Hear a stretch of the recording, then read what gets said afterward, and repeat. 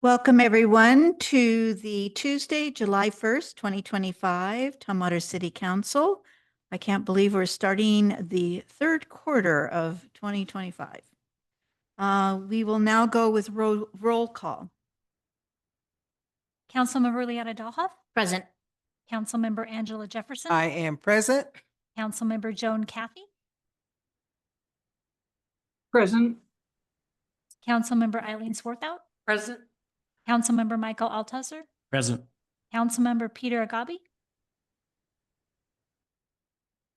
He's present. Councilmember Kelly Von Holtz, Present. Mayor Debbie Sullivan. And I'm here. Join me for our salute to our flag.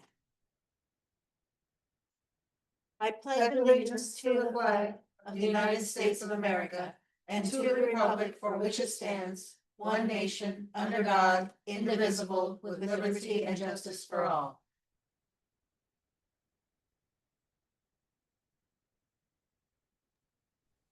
All right, our first item is a proclamation for Parks and Recreation Month. Councilmember Swarthout will read the proclamation. Thank you, Mayor. Whereas parks and recreation programs are an integral part of communities throughout this country, including the city of Tumwater, and whereas parks and recreation resources are vitally important to establishing and maintaining Tumwater's quality of life, improving the health of all people, and contributing to the economic and environmental well-being of our community. And whereas Tumwater Parks and Recreation programs help build a healthy, active community while providing parks and facilities that serve the needs of thousands of residents through active recreation, athletics, camps, special events, and competitions. And whereas Tumwater's parks and recreation programs enhance our community's economic prosperity through higher property values, increased tourism, attracting and retaining businesses, and by reducing crime. And whereas Tumwater's parks and natural recreation areas improve water quality, reduce flooding, protect groundwater, improve the quality of the air we breathe, preserve habitat for wildlife, enhance the ecological beauty of our community, and provide a place for children and adults to connect with nature and to recreate outdoors. And whereas Tumwater recognizes the great societal value of parks and recreation facilities, honors the vital contributions of employees and volunteers in the park and recreation facilities, and supports the designation of July by the United States House of Representatives as National Park and Recreation Month. And now, therefore, Debbie Sullivan, Mayor of Tumwater, does hereby proclaim the month of July 2025 National Park and Recreation Month, and calls upon the people of the city of Tumwater to join in recognizing the benefits derived from Tumwater's parks and recreation programs. She also encourages residents to visit the city's website to learn more about our parks and recreation programs and our volunteer opportunities. Great, thank you. We have our Parks and Recreation Director, Chuck Denny, to accept the proclamation. Really here just to get a pen. But thank you. It's good to be here. And I was really happy to see, I know some of you were at the Association of Washington Cities conference recently, that the Association of Washington Cities magazine this month highlights parks and recreation.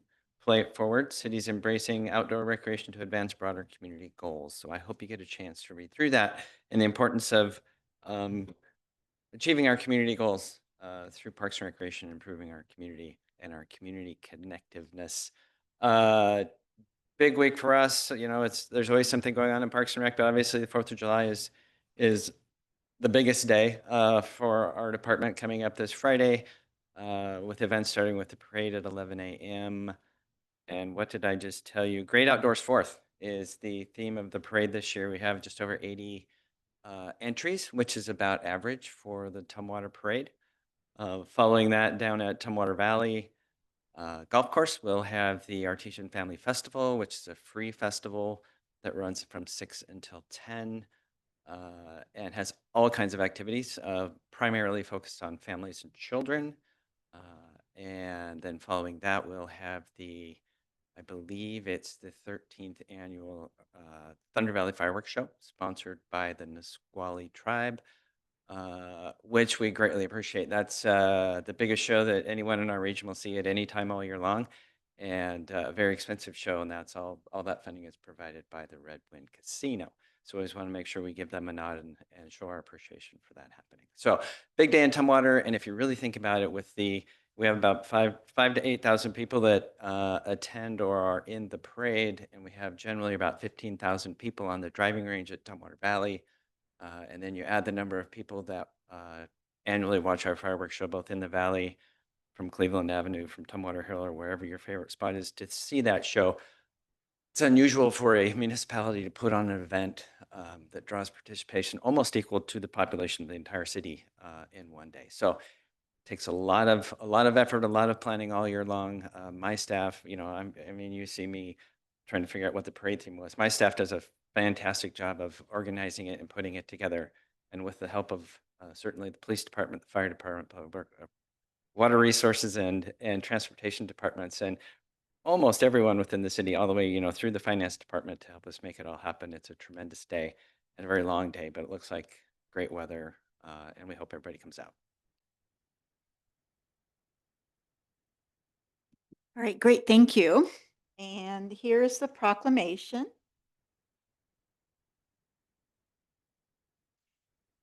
And you get a pen. You can give it to staff if you want. Thank you. Yes. Thank you very much.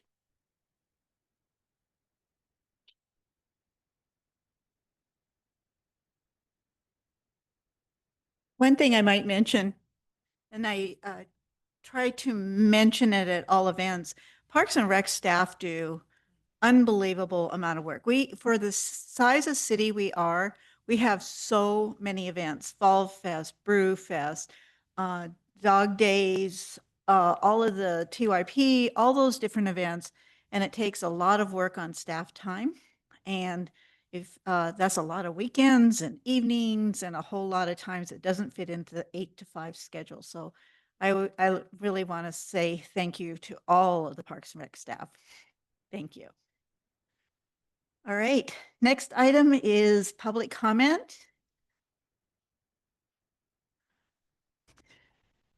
All right, the first person signed up, again, it's limited to 3 minutes, and come to the podium and state your name and address for the record. And it's Courtney Holthouse.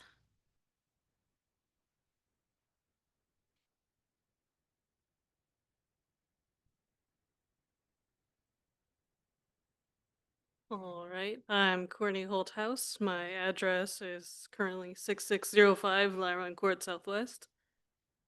Last City Hall that I visited here, y'all were all about fighting discrimination and protecting marginalized communities. Sounds great, right? Too bad that's just talk.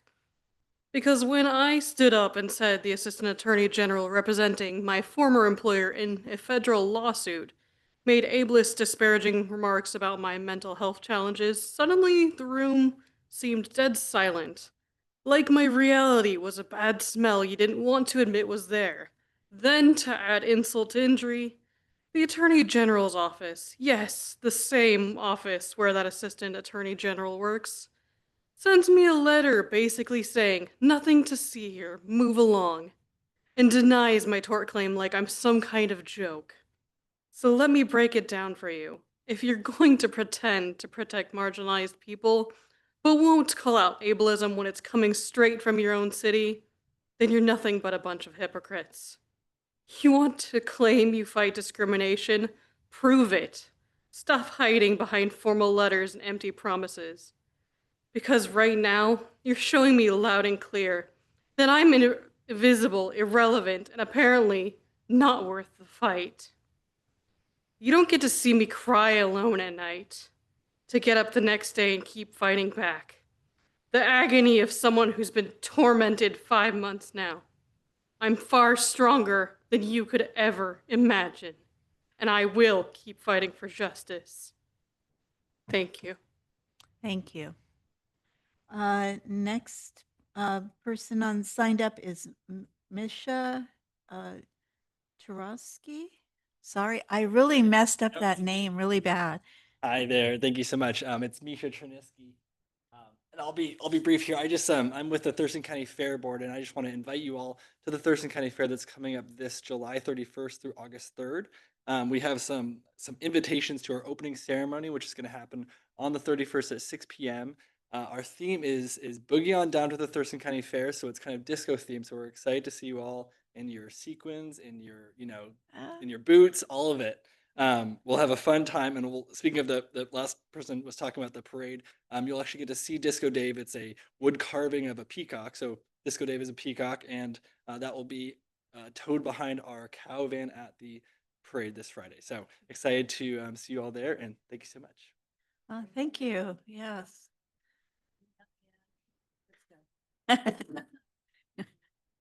Thank you. Anyone else wishing to make public comment? Did we have anyone signed up online? All right, thank you. All right, not seeing anyone else, we will now move to the consent calendar. Hold on, let me turn on microphones. Do I have a motion to approve the consent calendar? So moved. I'll second. All right, it's been moved by Councilmember Councilmember Dahlhoff, and seconded by Councilmember Von Holtz. All those in favor signify by saying aye. Aye. Opposed, nay. All right, with that, we have approved the minutes of the City Council meeting of May 20th, approval of the minutes from June 17th, approval of the minutes from June 10th, payment vouchers, and the 2025 Human Services Program funding. And that was done through the Budget and Finance Committee and then put on consent. So with that, now we are moving to council considerations. And that will be the 24. Is it 2025 or 2024? This will be the 2024 report. I know, sometimes we're behind in things and yeah. 2024 Transportation Benefit District Annual Report. So, okay, thank you. Brad. All right. Brandon. Well, good evening, Mayor Sullivan and council members. So for the record, I am Brandon Hicks, Transportation and Engineering Director for the city. And I am here to discuss the annual Transportation Benefit District Annual Report for 2024. I'm going to replace Transportation Benefit District with TBD. And then it is late. A lot of the times when we come for these annual reports, the work is pretty far in the past. And that's because we do have to wait for year-end reports, which often are not available until about April, which is usually when we try to come here. At this moment, we are missing both of our traffic engineers at the city, so it's just been a capacity issue. But even in April, it's late. A lot of these projects seem kind of in the past. I get to the next slide. So on this slide, this is the reason, this is a clip from RCW, which states the requirement to put out this annual report every year. And ultimately, it just talks about construction schedules, expenditures, revenues. And so that's what we do every year. And we do have to release it to the local newspaper. And then we also post it on our website for ease of access for everybody. For 2024, we did not actually undertake a standalone pavement maintenance project. And that was for two reasons. Staff capacity. We've been down folks for a long time, and I'm going to stop talking about that eventually if we start getting staff. And then also, every now and then we try to strategically build up the funds so that we can have larger projects in later years to take advantage of economy of scale. However, we did still get some work done. From a construction standpoint, we completed two point projects or projects that aren't around all over the city. They're just at one location. And those are the I-5 Trosper Road Capitol Boulevard reconfiguration project and the Israel Road and Linderson Way pedestrian and bicycle improvement projects.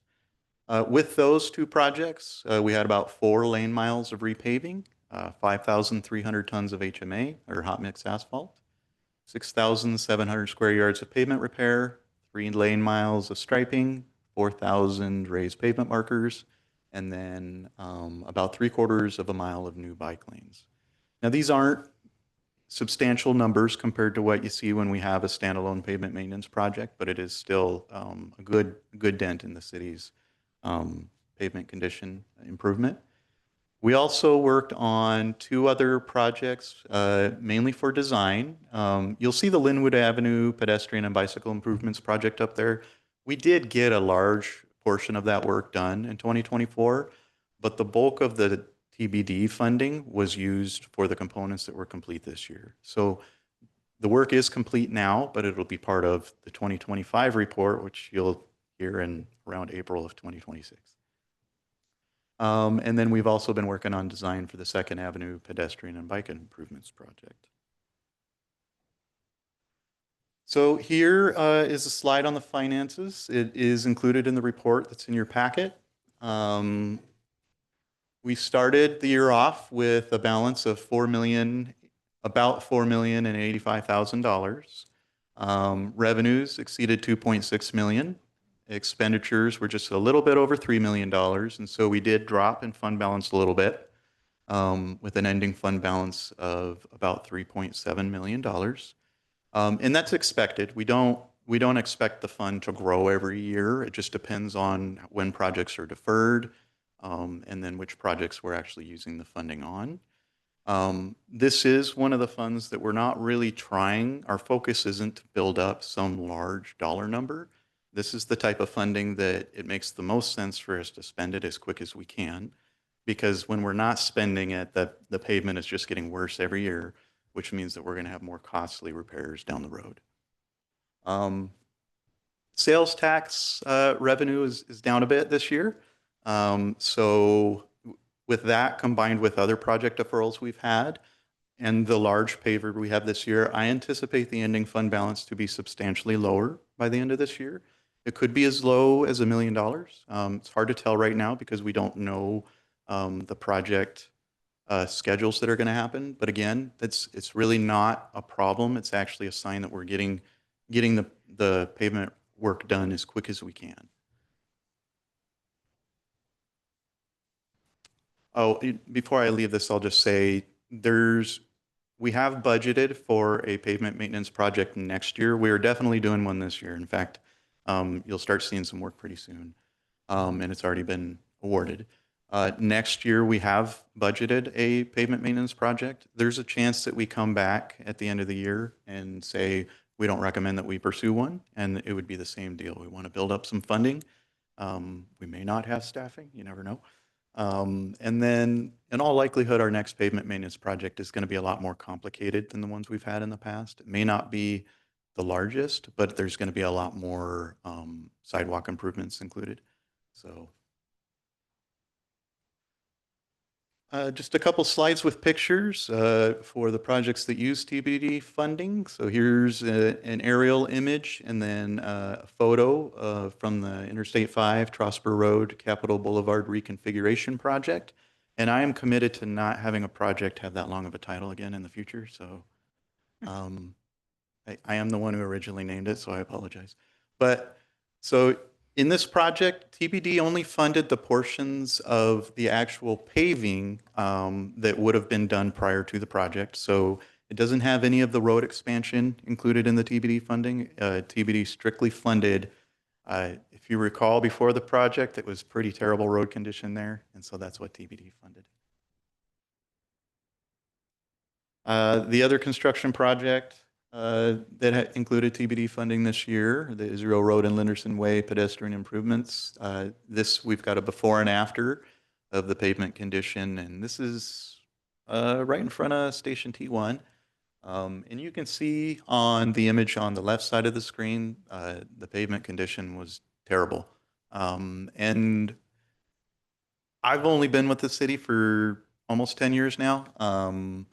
I'm assuming it's looked like this for a couple decades, and I can tell that we've been sort of putting Band-Aids on it for a long time. We did find some repair techniques in it and material, petromath, that we probably haven't been using for 3 decades. So I imagine this road has been bad for a long time. And with the new work, we should have a good remaining life in what's there.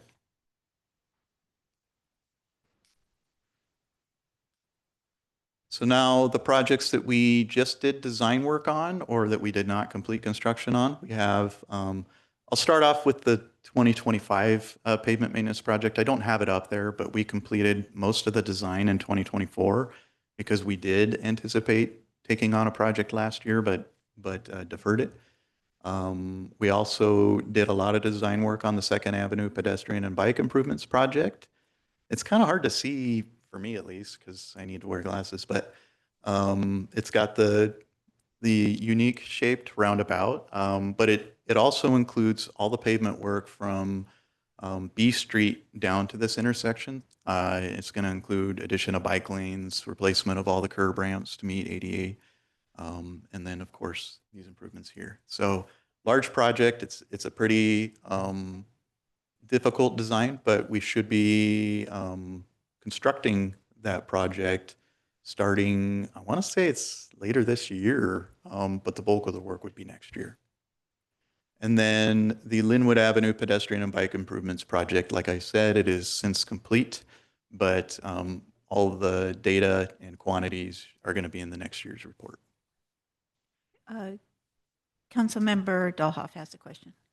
Thanks, Brendan. So with the upcoming work, when you're doing awards and doing the procurement with a contractor, have you been able to incorporate, we've talked about this in the past, sustainable elements in that work, the composition of the materials, recycled, right? Permeable, the equipment that they use to do it. Have you been able to incorporate sustainable requirements or preferences? So out of what you mentioned there, the only ones that are in the specifications that we use, because we use the state's specifications, the only one that I can think of off the top of my head is going to be use of recycled materials. When folks are if they're bringing in any type of aggregate or rock, a lot of them like to try to use recycled concrete, and if they can make it meet the specs, and we allow it. And then also in the pavement, they try to use what's called RAP. It's recycled asphalt pavement. You take old road grindings, you mix it into the new mix. A lot of the times, those are the folks who end up getting the projects because they can offer it for cheaper. So those are the elements that we do have. The rest we have not gone through yet. Is there an opportunity to like research that as the technology is emerging, right? Because I've been reading about bio-based and carbon negative materials, advanced smart materials, energy generating surfaces. Like, so future forward, but is there an opportunity when you're doing future contracts to maybe give a preference, whether it's a cost or a percentage, so that the workers we're working with are aligned with our environmental work that we're doing? So I would have to do some research. So maybe that's something that you and I can connect on. It's not anything that I have experience with. Right now, we do honestly just use the state specifications. We have our own special provisions, but those are, right now, they're not based on elements that you're discussing. When you get to that point, Yeah. I would love to connect you. And I have some draft specs I did when I was at DES. Yeah. So I would love, right? So you're not excluding anyone, but you're also showing this is a direction that the city of Tumwater wants to go. Mhm. So learn how to incorporate that because we'll give you a preference. Yeah. So that's what I would love to see. We'll talk in the future. Thank you. Thank you, Mayor. It works half the time. Okay, we might just keep it on this slide. Oh, there we go. Oh, it's not like it was a complicated slide anyways. So there isn't actually a formal action that I'm aware of, but we do bring this to you as the governing body of the TBD to have the final say on whether or not you think this report is ready to issue to the public. And so that's really what we're asking for today. So I'm just going to ask a clarifying question. So do we do a motion to move this forward? I'm assuming yes. So that's what I wanted to verify. All right. Do we have any questions? Councilmember Swarthout. I'm just curious when we will be doing the interesting roundabout that's going to be on Linwood and. I feel bad for not knowing this exactly off the top of my head. I'm still in vacation mode in my head. Now you're just bragging. So I wasn't sitting on the beach, but I was getting to see my daughter play in the World Series of softball. So Take back my attitude. Thanks, Brandon. So I believe that we're going to bid on this in the fall, which ultimately what that would mean is that we're going to start seeing some demolition and some concrete work this year. But the paving and everything that makes everything look great and like there's a lot of work being done would be next year. Because it's just so interesting how quickly the one there at Home Depot, it was there, and it just happened so fast. So what an improvement that is. So I'm looking forward to that one as well. So. Yeah, and That'll that be the one at huge. Home Depot, I'm glad that it went really fast. Unfortunately, it wasn't one of our Right, projects. it's not ours, but It still, was yeah. it was private development. We do have to go through quite a bit more steps, I'll say. Go through our process. Well, Need this is approve it, going to right? be Okay, bigger. we'll talk about that later. Never mind. Brandon, is that configuration, is that called a bean? So I like the name, but That's no. so I will say, former Mayor Pete Komet called it the peanut. Former City Administrator John Doan called it the blob about. And now it's the bean. I like them all. So it's called a non-circular roundabout, Think which bean is better. it's really boring. So blob about rolls off the tongue the best for me. So. We'll probably be the only ones in the community. In this area, yes, we are the first, and so I'm prepared to get all the jokes from all the other public works. I think that needs to be in your future slides, the blub about. All right. Any other questions?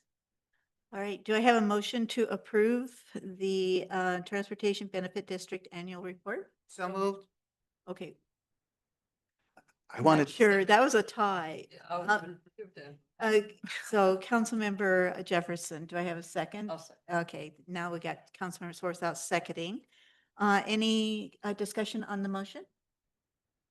Okay, with that, I'll call for the vote. All those in favor signify by saying aye. Aye. And those opposed, nay. Motion carries. Thank you. You had one more One thing. more. I forgot One- one important detail. Okay, I heard a comment about how great the report it was this year. It goes to communications. We just the report. So we have the Take it data. back, Brandon. Thank you, Yeah. Jason. Thank you. Thank you, Morgan. It was a fantastic report, and they did the hard work on the reports. Thank you. a team effort. Great. All right, our next agenda item is ordinance number 2025-002, renewing Puget Sound Energy Franchise Agreement. And I believe we have Jennifer Radcliffe doing this one. No, not Jennifer. Yes. Yes. Yes. And you looked at me like you're wrong, and I'm going, no, I'm right. Sorry. You scared me. I thought, oh my No, sorry. goodness. I apologize. I am Okay. Jennifer Radcliffe. You're good. You're good. Thank you, Mayor Sullivan and council members. And I don't have any slides today, but I am here to bring you the renewing the Puget Sound Energy Franchise Agreement. The city has had a previous 10-year agreement with Puget Sound Energy, and upon the end of the 10-year agreement, it had the option to renew twice for 2-year periods. Upon written request by Puget Sound Energy, they have requested that. And this is for them to be able to operate in our right-of-way in our city to bring electricity to us.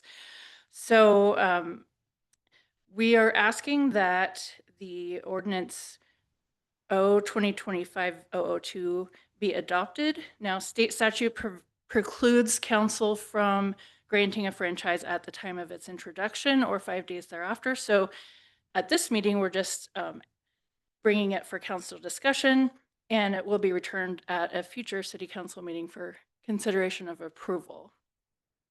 All right, hold on a moment. Council Member Jefferson. Yes, is the price, the cost that goes with this? There's no cost associated with this. So there's no cost associated with the agreement itself. Can you go to the mic? There's no cost associated with the agreement itself, but there are financial terms in the agreement, such as if we pursue underground conversion, if we want to put power lines underground, that's an example where PSE pays for 60% of the costs and we pay for 40%. So there are terms in here that have dollar numbers, but the agreement itself, there's no cost to this. Because we just don't know yet. Is Y- that correct? Yeah, this ultimately sets the rules, you know, what PSE can do what they have to notify us about, how many days they have to do certain things. It has provisions for the city as well. These are pretty boilerplate. Okay. And Karen has done a masterful job of making sure everything's okay. All right. But there is no cost for the agreement itself. Okay, thank you. And it is a renewal of what we already have standing. So, thank you, Brandon. All right. Straightforward. Any questions? No. All right. So this one, this ordinance will be placed, and I believe we were looking at the July 15th for a consent calendar. Is everyone in agreement? Do I need to have a motion to move it to consent calendar? All right. Any discussion before I call for a motion? All right, I'll move to put it on the consent calendar for July 15th. for July 15th. And I'll second. All right, it's been moved by Councilmember Von Holst, seconded by Councilmember Jefferson. Any discussion on the motion? All right, with that, I'll call for the vote. All those in favor signify by saying aye. Aye. Those Aye. opposed, nay. All right, motion carries. Thank you, everyone. Thank you. And now we will be moving to committee reports. The first committee report is Public Health and Safety, and it's Councilmember Agabi. Thank you, Mayor. So our meeting is in the future on July 8th. And on the agenda, I see 3 items. I have the first item is the interlocal agreement with TCOM 911 for subscriber radio programming.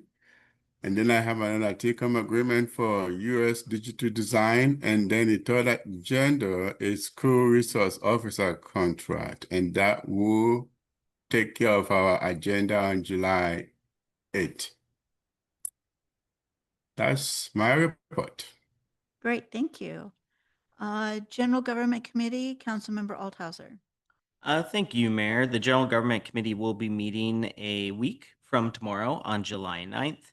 We have 5 items on our agenda, one of which is continuing our discussion from our last meeting of the 2025 comp plan update on the conservation element. As a reminder for my colleagues on that committee, we had a little bit of homework assignments from the last meeting to make sure that we review those slides and those materials for that upcoming meeting.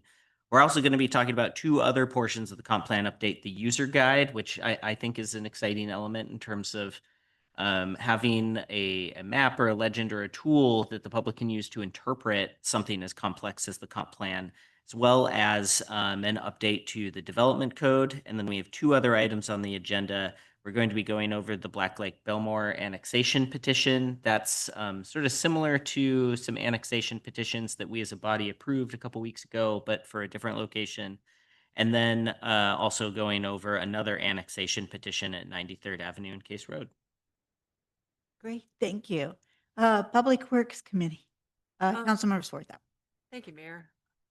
Met, and we will not be meeting on July 3rd, but the next meeting will be on July 17th, and we'll be looking at a site lease agreement with T-Mobile for telecommunications equipment in Zone 4, interagency agreement with Washington Department of Commerce for Washington Electric Vehicle Charging Program, closeout update, and fire station solar and battery storage feasibility assessments closeout update.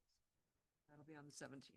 Great, thank you. And Budget and Finance Committee, we had met last month. We had, and the item on our consent calendar was part of that meeting. It was the Community Human Services Program funding applicants, and we approved that in our consent calendar. And our next meeting will be on July 25th.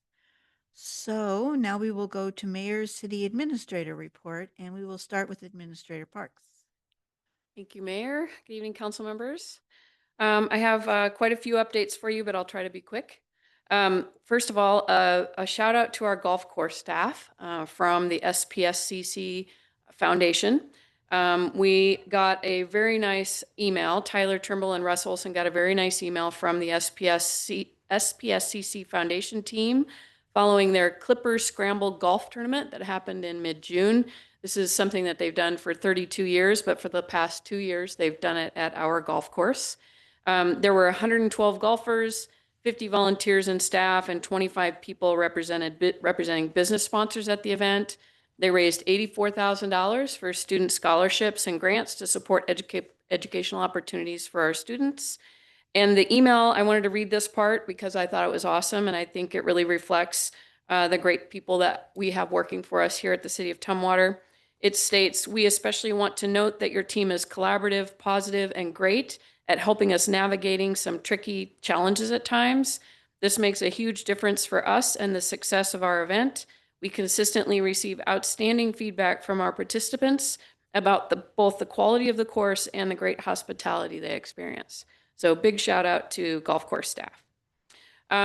We also heard today from Dan Smith that there were 32 Tumwater School District students that visited our WER staff out at SPSCC today. This is part of their program that they take during the summertime to learn about public service and the environment and the careers that are available to them in this field. So these courses are an intensive 2 to 3 week program where they're teaching and engaging students in both water resources management as well as forest and stream ecology. These courses have been certified by the State Superintendent of Public Instruction. They gain college level credit for this work, and they are paid stipends.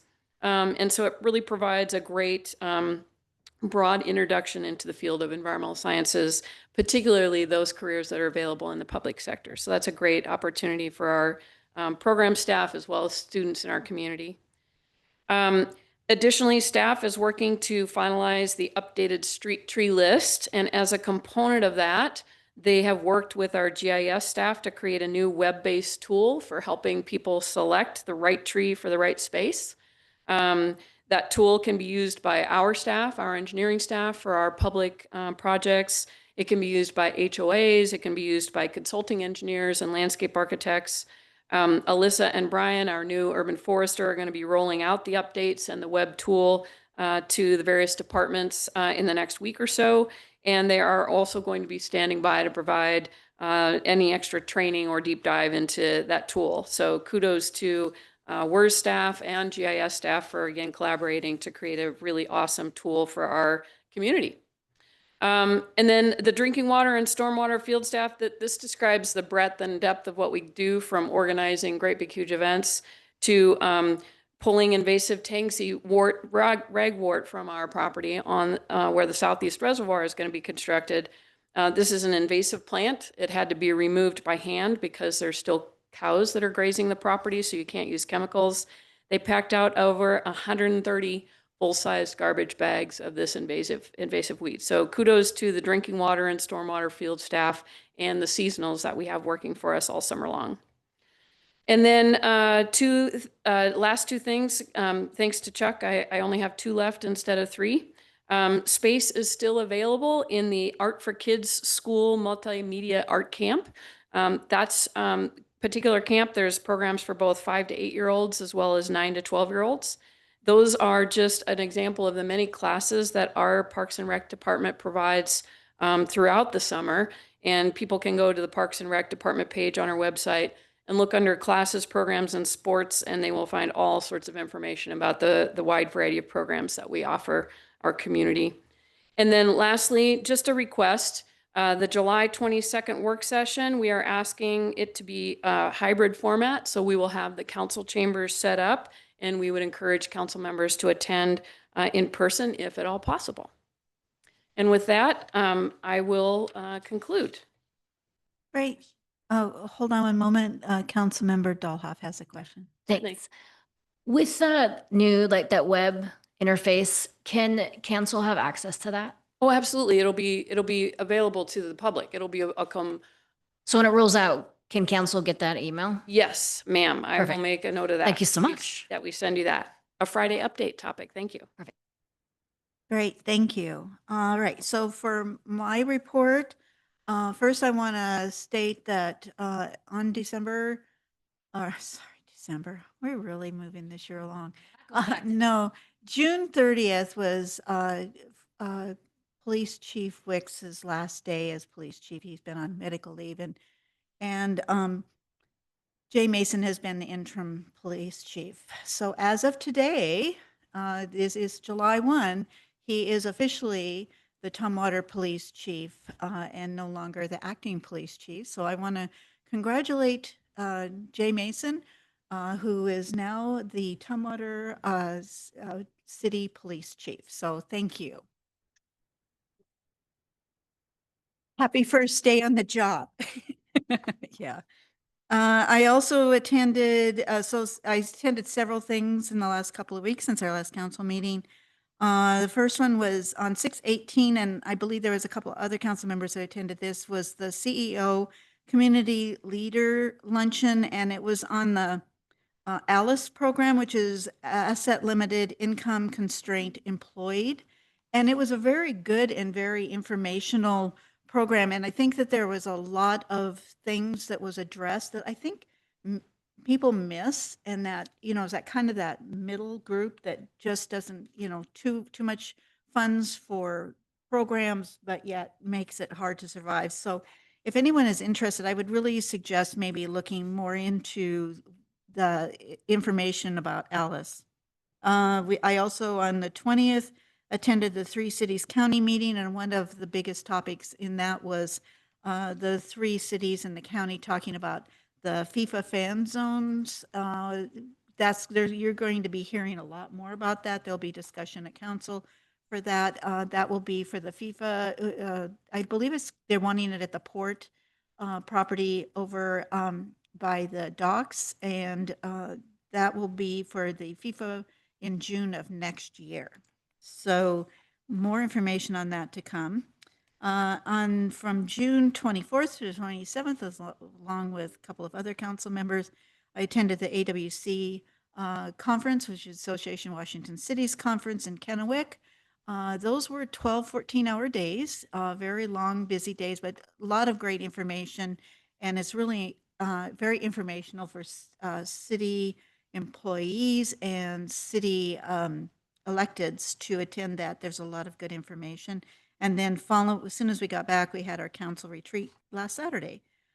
So this Friday, just a reminder, is the 4th of July. I know that with it being on a Friday, a lot of people do traveling, but we have a great event, and I really do encourage people to come to our event. It'll be great.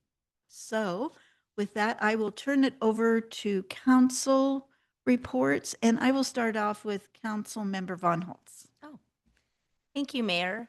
Last Friday, I attended a panel for Leadership Thurston County's youth program.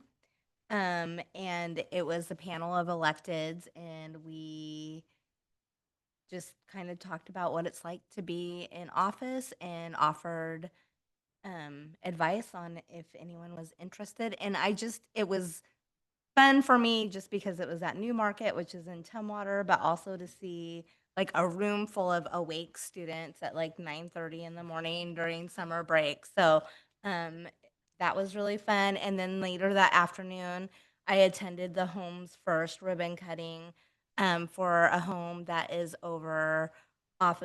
on Henderson Boulevard. And I was there with former Mayor Pete Komet and several county commissioners, and just really excited to have so close the floors, and some trim need to be done before it's ready for occupancy. But of course, Pete Komet offered to come in and do the floors, but like he would. So I think that will happen sooner than later. And so that was awesome. And then, of course, the council retreat. Tomorrow, I have Intercity Transit, which we will be receiving an update on the Log Cabin Road project. So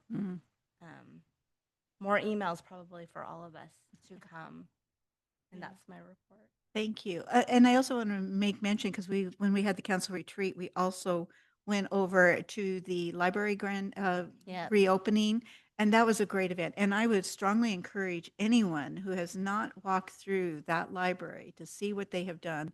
It is totally amazing, and bring your kids. It's great.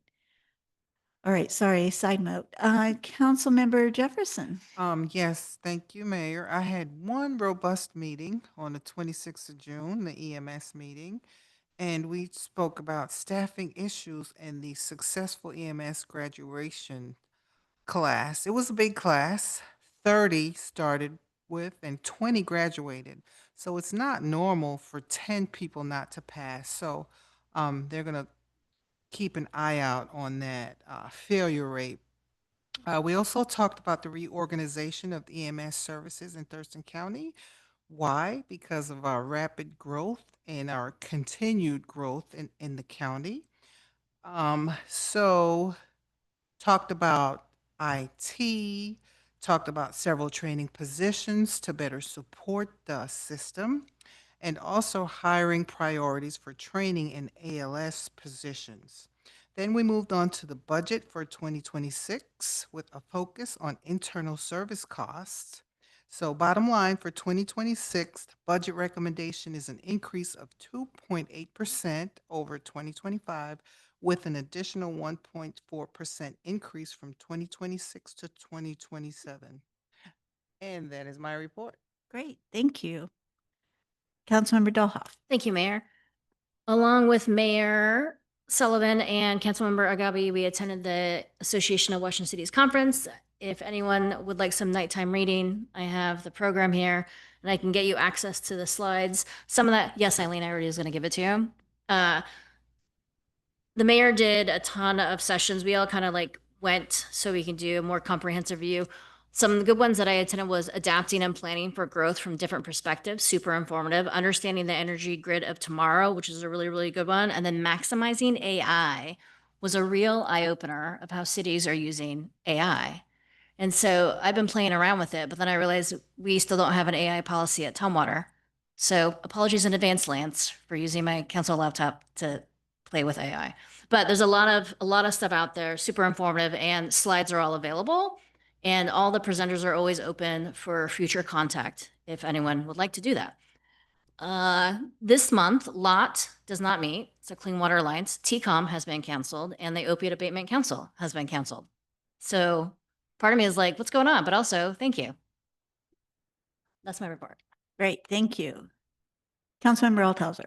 Thank you, Mayor. The Regional Housing Council met last Wednesday.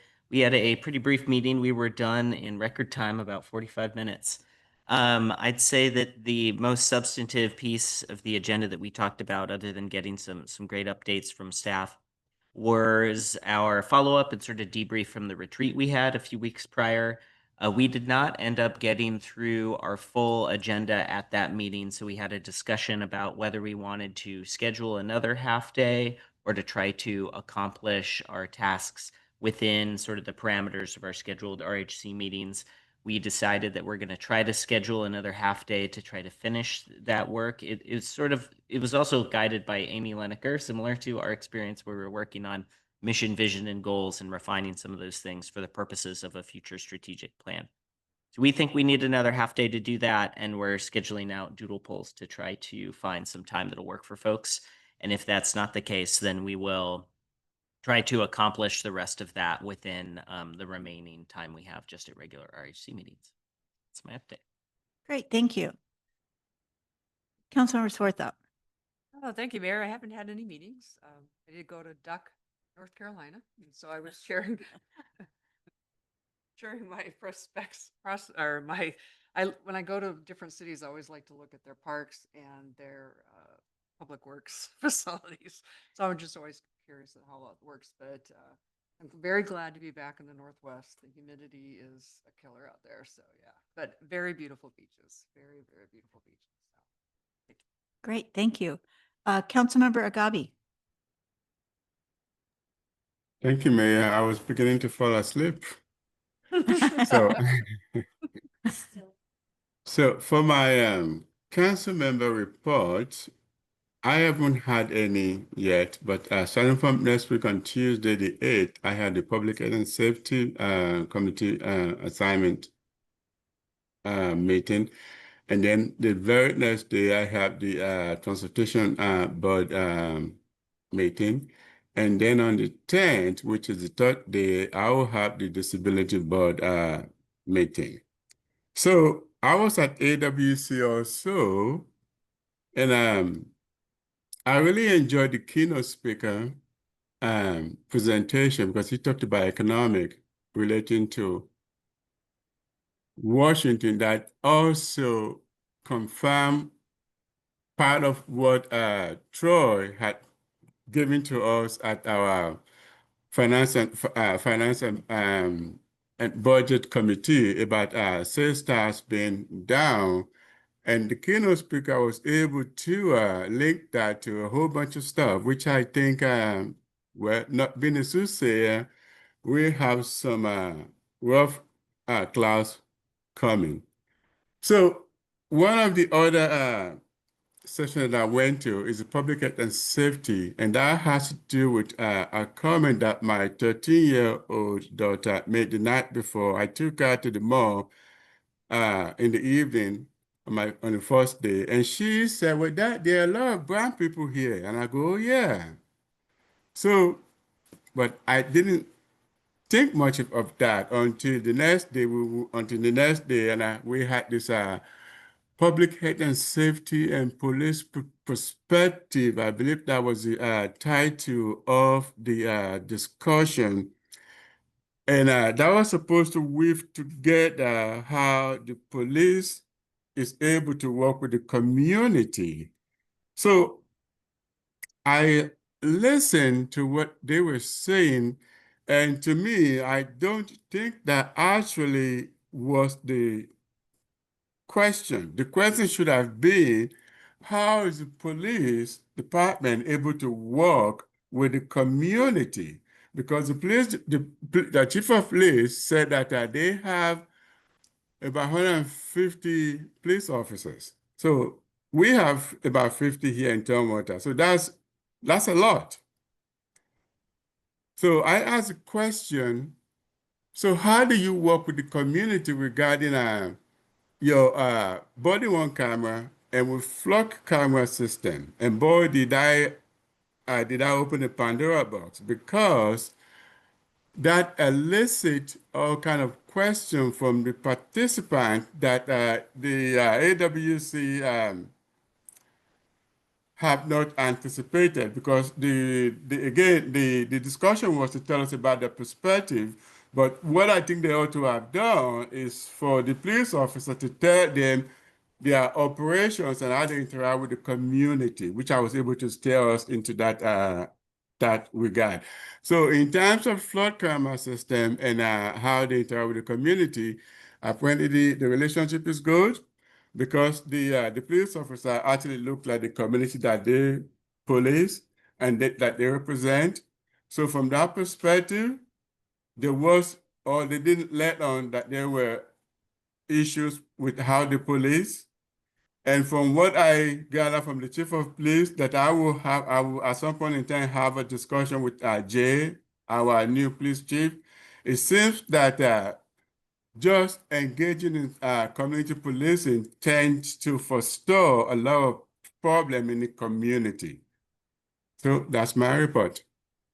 All right, thank you. Councilmember Kathy. Thank you, Mayor. My committee assignments and activities do not start until this week, so I don't have a report. Great, thank you. So with no other business, we are adjourned, everyone. Thank you.